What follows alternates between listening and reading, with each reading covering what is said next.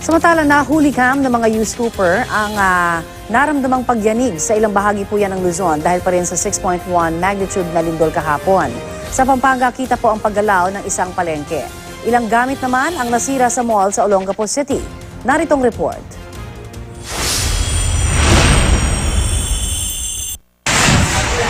Mistulang nagsayawan ng mga ilaw sa tindahang ito sa mall sa Olongapo City nang yumanig ang 6.1 magnitude na lindol kahapon.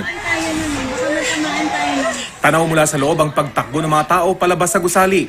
Tumaob pa ang isang mesa at nagkalat sa sahig ang mga basag na ilaw. Mabuti na lang at hindi na paano mga customer, kabilang si U-Scooper Carl Pilapil na kumuha ng video. Sapol din sa dashcam ang pagyanig sa Angeles City, Pampanga. Normal pa noong unang sitwasyon nang biglang umuga ang palengke. Naglaglagan ng mga paninda at napatakbo na rin ang mga tao palabas. Wala namang nasaktan sa insidente ayon kay U-Scooper Earl Cunanan. Sa San Fernando, Pampanga, kita naman ang paggalaw ng mga poste ng ilaw dahil din sa lakas ng pagyanig. Nadama rin ang lindol maging sa Taguig City. Sa kuha ni U-Scooper Steve Bardier sa loob ng opisina, kita ang pagbagsak ng tubig na mistulang falls mula sa itaas ng katabing gusali. Tumapo niyan dahil sa lakas ng pagyanig.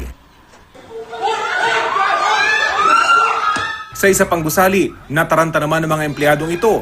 Hoy guys, huwag kayo magpanik! Matapos masira ang kanilang water tank dahil sa lindol.